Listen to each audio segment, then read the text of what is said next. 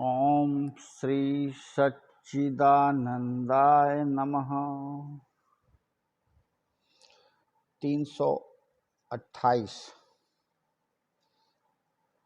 एक व्यक्ति ने अर्ज किया कि मुआफ़ कीजिएगा, मैं कुछ ऐसा सवाल करता हूँ जो शायद आपको नागवार मालूम होगा। आपके शिष्य गण आपके बतलाए साधन करने में आंख बंद करके घंटों ध्यान में लगे रहते हैं, इससे क्या लाभ होता है? हमने तो उनमें से कई लोगों से पूछा, वह तो कुछ नहीं बतला सके। श्री गुरु महाराज ने फरमाया कि मोती धरती पर ऊपर तो बिखरे नहीं मिलते, समुद्र की तह में सीपी के अंदर होते हैं। उनको गोता मारकर निकाला जाता है, लेकिन हर कोई तो गोता नहीं लगा सकता। मुंह बंद करना, आँख मूंदना, नाक बंद करना, श्वास रोकना और गोता मारकर समुद्र की तह में सीपियों को ढूंढना और बटोरना पड़ता है। इन सब क्रियाओं को सीखना पड़ता है, तब गोता मारने की विधि, गोता मारने की सिद्धि प्राप्त होती है। सिद्धि प्राप्त होने के बाद मोती निकाल कर लाता है, जिससे संसार के बहुत काम दवा दारू तक के चलते हैं। जब डोल रस्सी से बंधकर कुएं में डुबकियां लगाता है, तब जल लेकर ऊपर आता है, जिससे प्यासों की प्यास बुझती है और भोजन आदि पकाया जाता है। अन्न व चारा भी जल से ही पैदा होता है, जिससे खाने वाले जीवों को सुख होता है और उनका जीवन चलता है। इसी प्रकार साधु भी अपने अंतःकरण रूपी डोल में वृत्ति रूपी रस्सी बांधकर ध्यान रूपी गोता मारकर आत्मा में स्थित होता है और वहाँ से आत्मशक्ति रूपी मोती लेकर उठता है। उसी शक्ति से संसार को हर प्रकार का लाभ पहुँचाता है और उनका कल्याण करता है। 329। एक व्यक्ति ने अर्ज किया कि मुझ में भूल बहुत है, मैं काम को भूल जाता हूँ और ख़ास तौर से जो बातें कथा और सत्संग में पढ़ी और कही जाती है वह मुझे बिल्कुल याद नहीं रहती। लेकिन दुकान के काम में भूल नहीं, 2 पैसे का सौदा भी किसी को देता हूँ तो वह मुझे याद रहता है, कहने की ज़रूरत नहीं। श्री गुरु महाराज ने फरमाया कि यह बात प्रकृति स्वभाव और गुण पर निर्भर है। सात्विकी पुरुष को कथा वार्ता, भजन पूजन, परोपकार की बात खूब याद रहती है। अपने काम को भूल जाते हैं पर दूसरे के काम को नहीं भूलते। नींद और भोजन को भी छोड़कर वह दूसरे के काम को कर लेते हैं।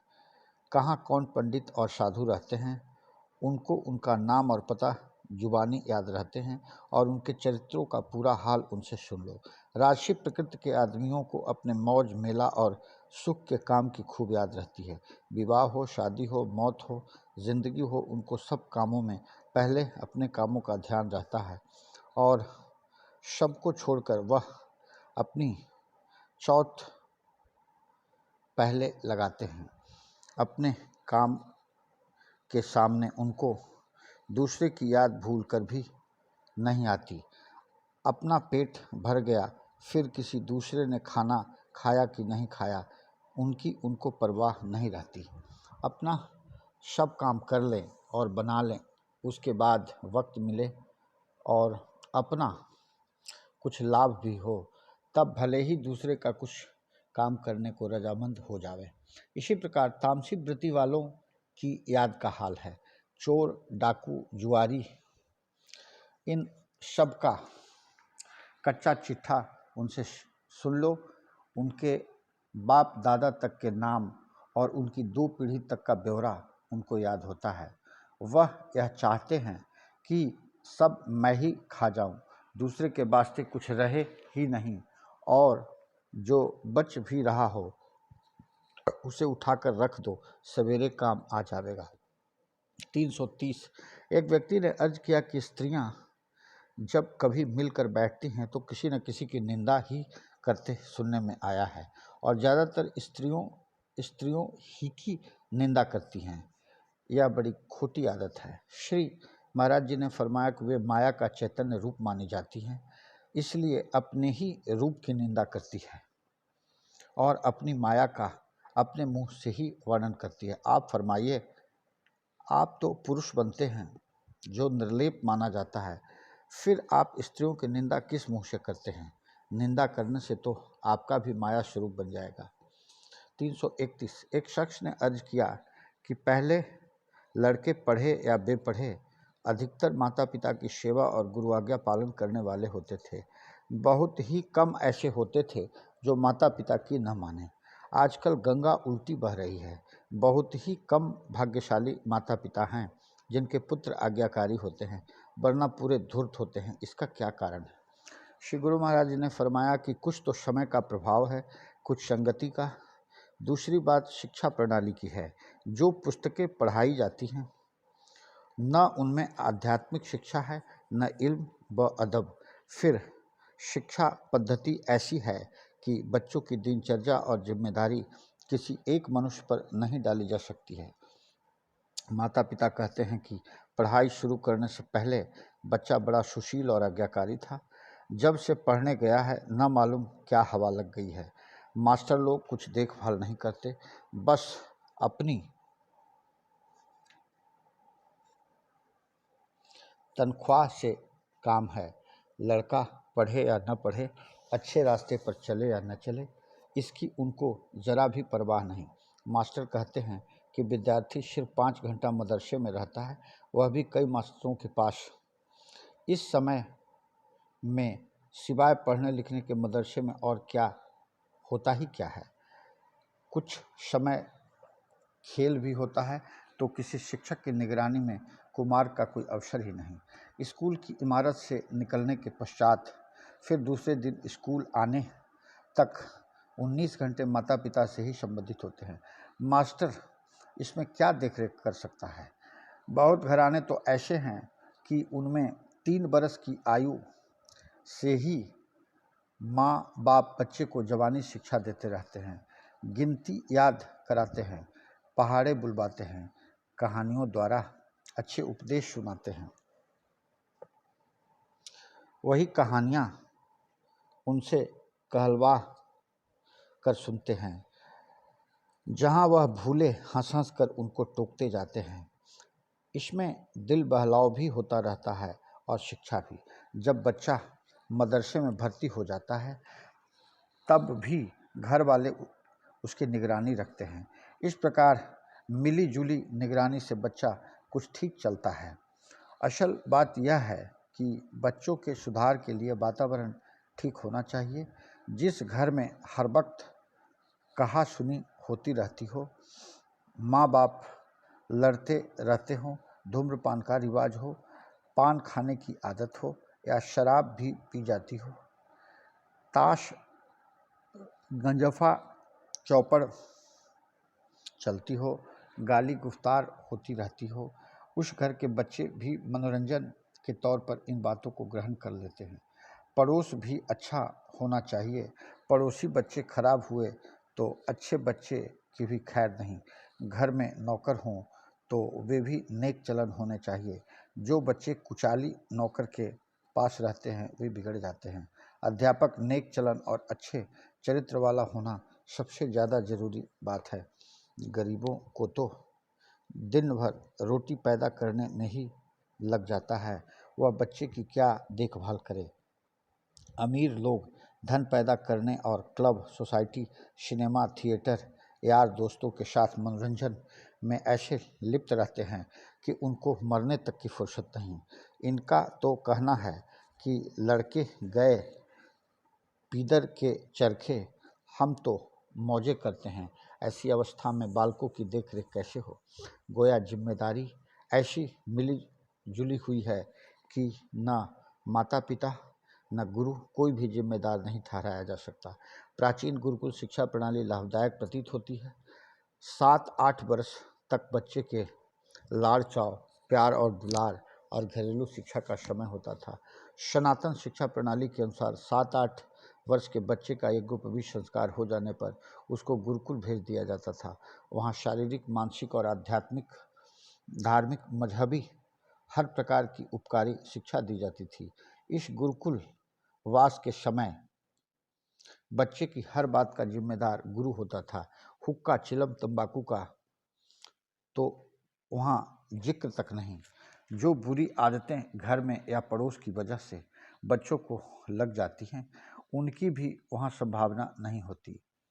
शुद्ध वातावरण होता था।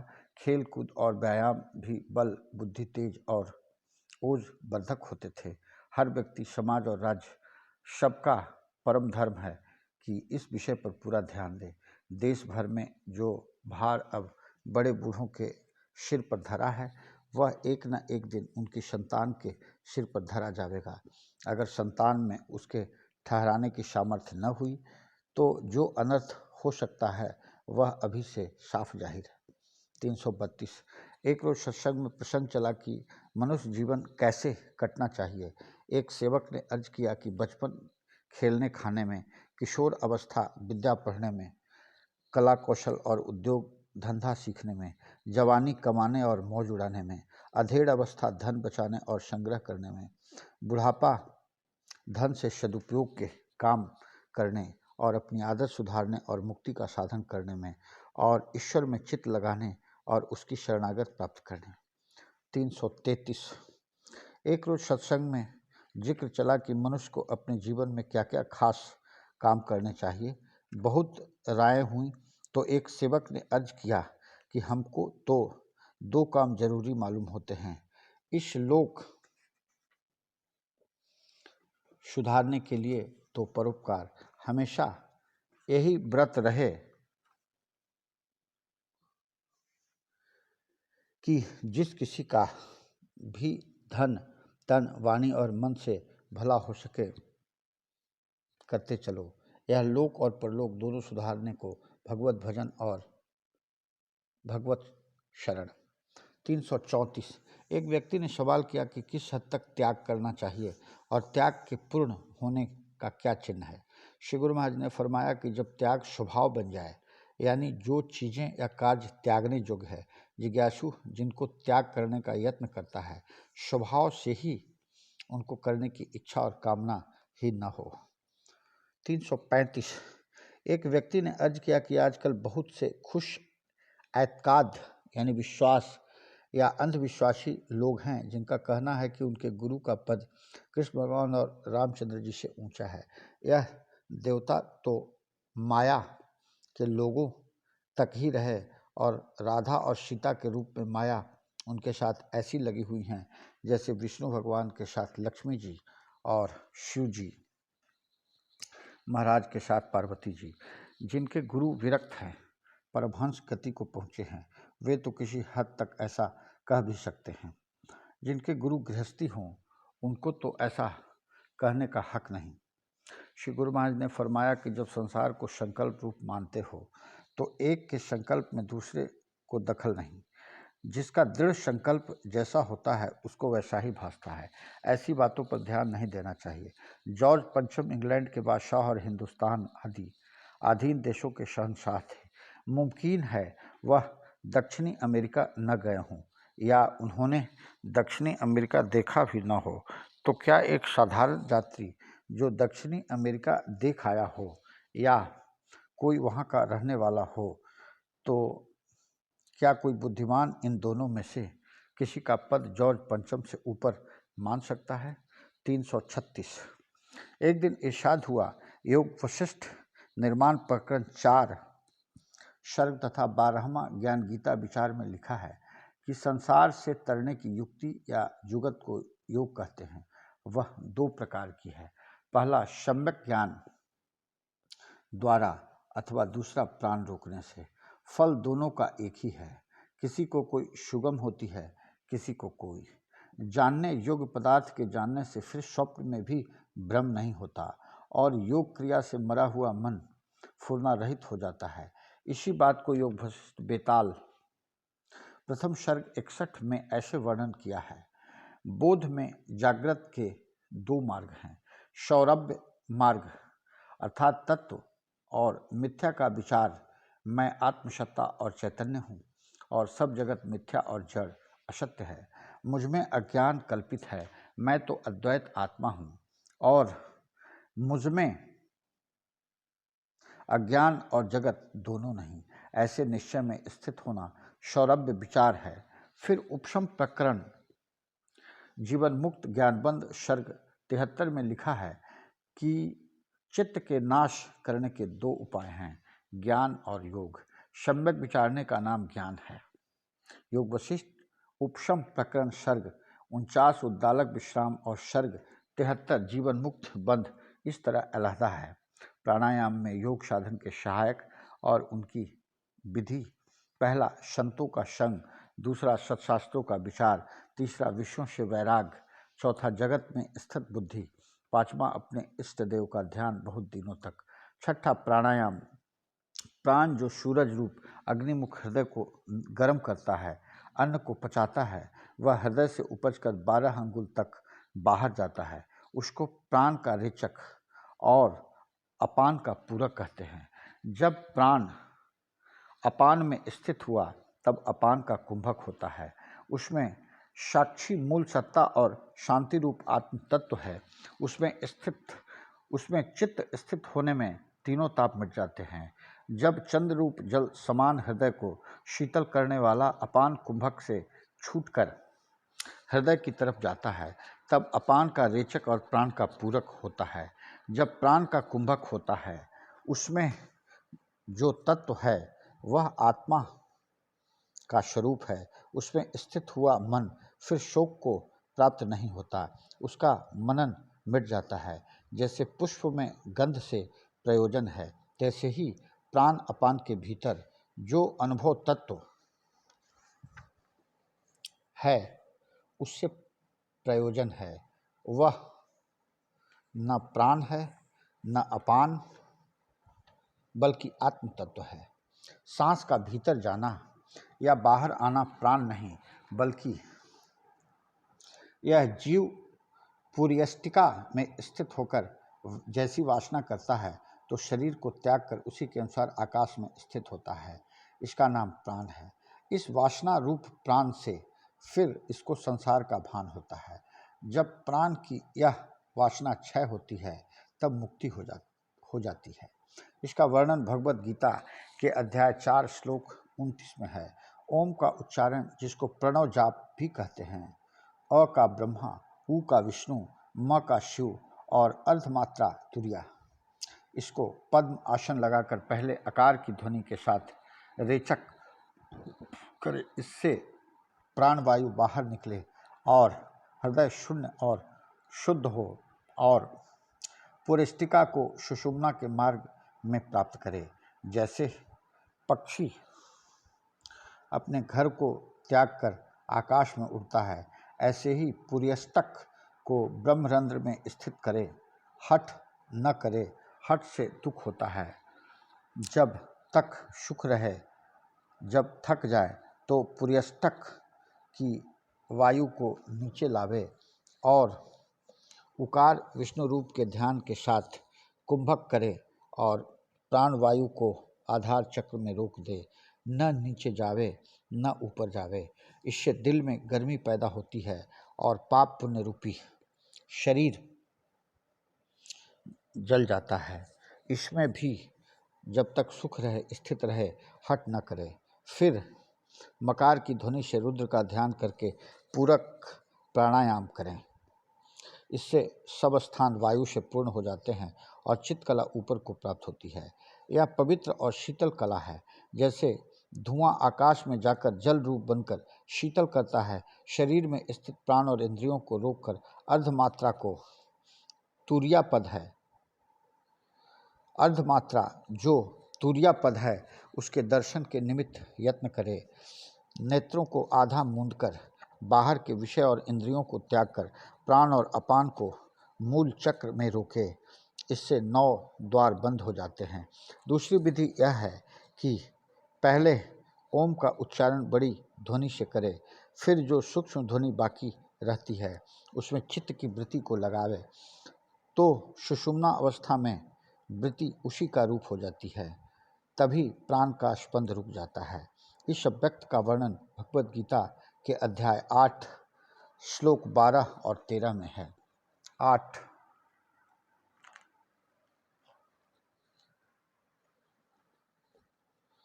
रेचक प्राणायाम के अभ्यास से वृत्ति प्राणवायु से शून्य वायु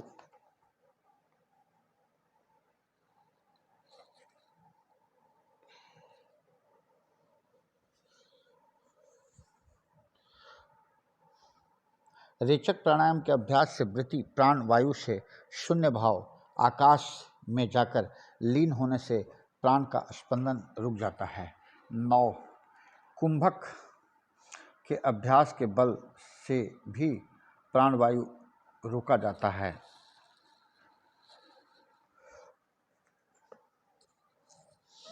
10 तालु के जड़ के साथ यत्न से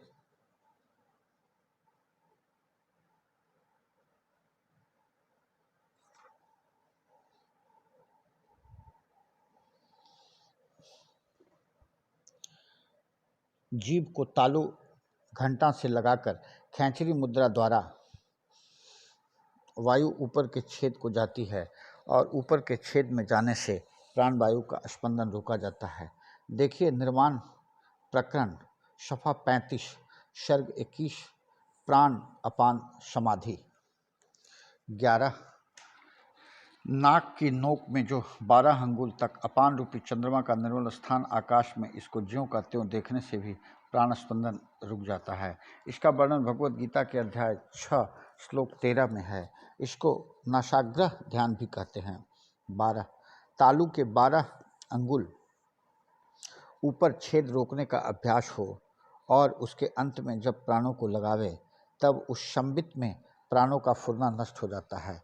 13 जब दोनों भावों के बीच त्रिपुटी में प्रकाश को त्याग कर जहाँ चैतन्य कला रहती है वहाँ वृत्ति को लगावे तो इससे भी प्राण कला रोकी जाती है। इसका वर्णन गीता के अध्याय 5 श्लोक 27 में आया है।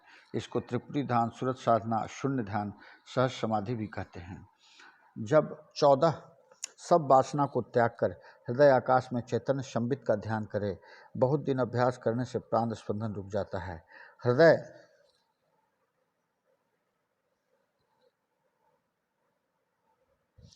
जो नाभि से 10 अंगुल ऊपर है, इस जगह उससे मतलब नहीं है, बल्कि जो देह के एक स्थान में स्थित है और उसमें जो संबित मात्र ज्ञान स्वरूप अनुभव से प्रकाशता है और भीतर बाहर सारे व्याप रहा है और सब वस्तु में भीतर बाहर से रहित भी है, वह प्रधान हृदय है। 15 आँख, कान, मुख मुंद के नाम निरंजन ले, भीतर के पट तब खुले जब बाहर के पट दे, यह भी अभ्यास है। देखिए निर्वाण प्रकरण भक्ति सत्विचार योग सर्ग 68 पृष्ठ 118। 16 नाभि के नीचे आधार चक्र में कुंडलिनी शक्ति नागिन की तरह कुंडल मारे बैठी है। वासना इसका मुख है क्योंकि सब नाड़ियाँ वही हैं। इस कुंडलिनी में जब मनन होता है तब मन होकर प्रकट होता है, जब निश्चय होता है तब बुद्धि प्रकट होती है, जब अहंग भाव होता है तब अहंकार प्रकट होता है, जब उसमें स्पर्श की इच्छा होती है तब पवन प्रकट होता है। जितनी नाड़ी है सब कुंडलिनी से प्रकट होती है। चूँकि वह शालोक रूप है इसलिए आत्मा का भास या प्रकट होना भी उसी से जाना जाता है। जैसे धूप सब जगह दिख पड़ती है परंतु सूरज का प्रतिबिंब जल और दर्पण में ही दिखता है। जब जीव कुंडलिनी शक्ति में स्थित होकर पवन को स्थित करता है तब जो कुछ भीतर प्राण वायु है वह सब उसके वश में हो जाते हैं और सब इंद्रियां प्राण के वश में होती है। 17 तालु के 12 अंगुल ऊपर वाले छेद का अभ्यास हो और उसके अंत में जब प्राणों को लगावे तब उस संबित में प्राणों का फुरना नष्ट हो जाता है। 18 अनहद शब्द का सुनना, इससे भी मन ठहर जाता है। इसको सुल्तान उल अजगार भी कहते हैं। 19 हठयोग, इसमें नेति धोती दातून गज क्रिया दोनों प्रकार की वृत्ति, न्योली त्राटक आदि क्रिया में वृत्ति, मराकवा बहरी मुराकवा नूरी मुराकबा बादी आदि। देखिए निर्वाण प्रकरण सर्ग 201। 20 आत्मस्वरूप के अनुभव में 3 चीज बाधक होती है। पहला मल, विक्षेप, आवरण। तप योग आदि क्रिया से मल दूर होता है। राजयोग अर्थात ऊपर कही गई योग की क्रियाओं से विक्षेप मिटता है। सम्यक ज्ञान, शारब्य ज्ञान आदि से आवरण हटता है। भगवत गीता अध्याय 12 श्लोक 2 से 12 तक ऐसा कहा गया है। 21 अजपा जाप या सोहंग जाप